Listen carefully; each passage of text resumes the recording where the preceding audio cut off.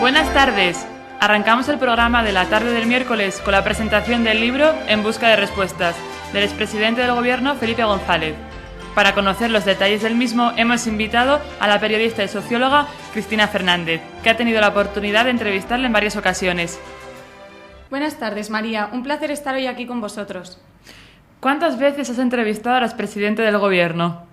Conocí a González en el año 98. Conseguí una entrevista con él tras asaltarle en un restaurante, contándole que había puesto en marcha un proyecto de Internet y que quería entrevistarle.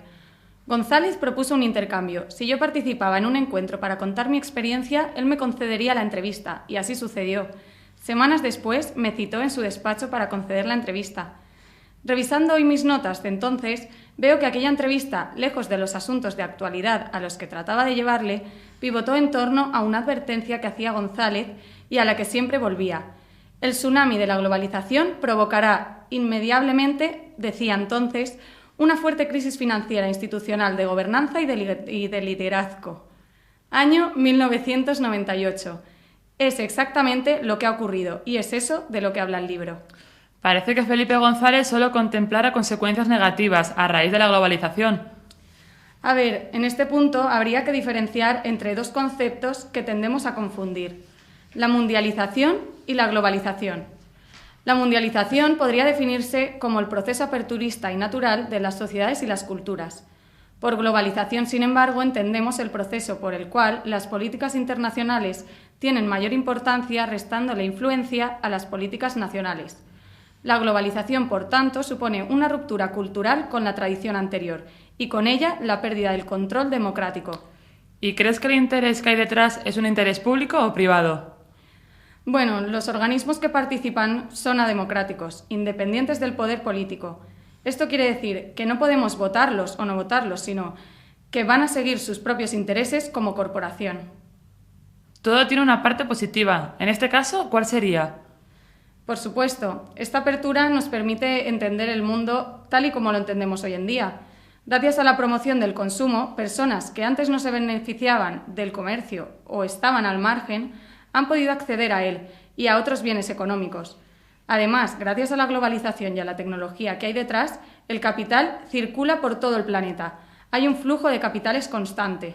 Entiendo que para ello será necesaria la colaboración entre diversos países. Exacto, esta apertura permite una evolución del sector primario, secundario y terciario, trasladando estos dos primeros a países en vías de desarrollo y explotando el terciario en países ya desarrollados. Esto a su vez conlleva el problema de la flexibilidad laboral y la necesidad de la mejora en las comunicaciones, pero también la colaboración entre los diversos países.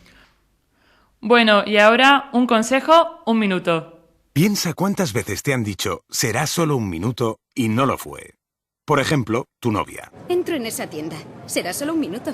Tu dentista. Tranquilo, será solo un minuto. O tu padre. ¿Me ayudas a mover unos muebles?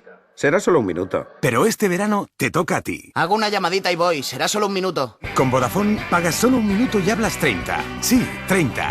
Y al darte de alta te llevas un Panasonic Vodafone Life por 69 euros. La vida es móvil, móvil es Vodafone.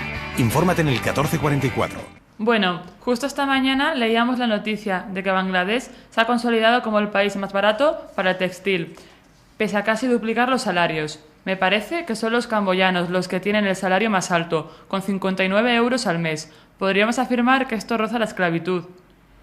En nuestra sociedad debería chirriarnos oír que hay personas que puedan vivir con esa cifra.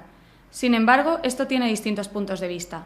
Por una parte, el salario medio en Bangladesh son 28 euros. Bueno, esta mañana leíamos cómo lo habían subido a 50. Y por otra parte, cuando una empresa decide subcontratar en estos países, tiene que adaptar sus políticas propias a las del país, como son el salario, las condiciones de trabajo, jornada laboral o las tradiciones culturales, a la vez que deben garantizar unas condiciones mínimas dignas. Y justo para hablar de los efectos de la globalización en la cultura, tenemos aquí a Elena García Clavel, responsable financiera de la Fundación Komati en Sudáfrica. Buenas tardes, María, ¿qué tal? Sitúanos un poco. ¿Por qué Sudáfrica es un claro ejemplo de colonización cultural? Bueno, pues Sudáfrica fue colonizada en el siglo XVII por los holandeses y unas décadas más tarde por los ingleses. No fue hasta la década de los 80 cuando finalizó la opresión a la que estaban sometidas algunas razas, como la hindú o la raza negra. A pesar de ello, a lo largo de estos siglos han seguido existiendo tribus autóctonas. Pero bueno, es fácil de imaginar los cambios tan grandes a los que han sido sometidas, sobre todo después de la gran influencia de los medios de comunicación en estos últimos 100 años. Además de ser un pueblo colonizado al que se le ha impuesto una cultura que no es la suya, los medios de comunicación han hecho que la cultura sudafricana asimile a otras culturas del hemisferio norte. Al adoptar valores de otras sociedades, su cultura deja de ser cultura y se transforma en información, en historia. Se produce así un efecto de fascinación por la clase dirigente, provocando modificaciones en sus procesos e instituciones, es decir, en su cultura en general. Así han adquirido las necesidades y costumbres de las sociedades occidentales, pudiéndonos encontrar familias que viven en containers de carga, pero que tienen, sin embargo, teles de plasma, salen con sus amigos al bar, consumen algunas drogas, sin haber cubierto sus necesidades básicas, vaya. De sus tradiciones y su forma de entender la vida solo quedan los 12 dialectos que se hablan. Para concluir, solo añadir que, bueno, en mi opinión, esta mezcla de culturas genera cierta confusión, así como cierto desarraigo de algún grupo de pertenencia.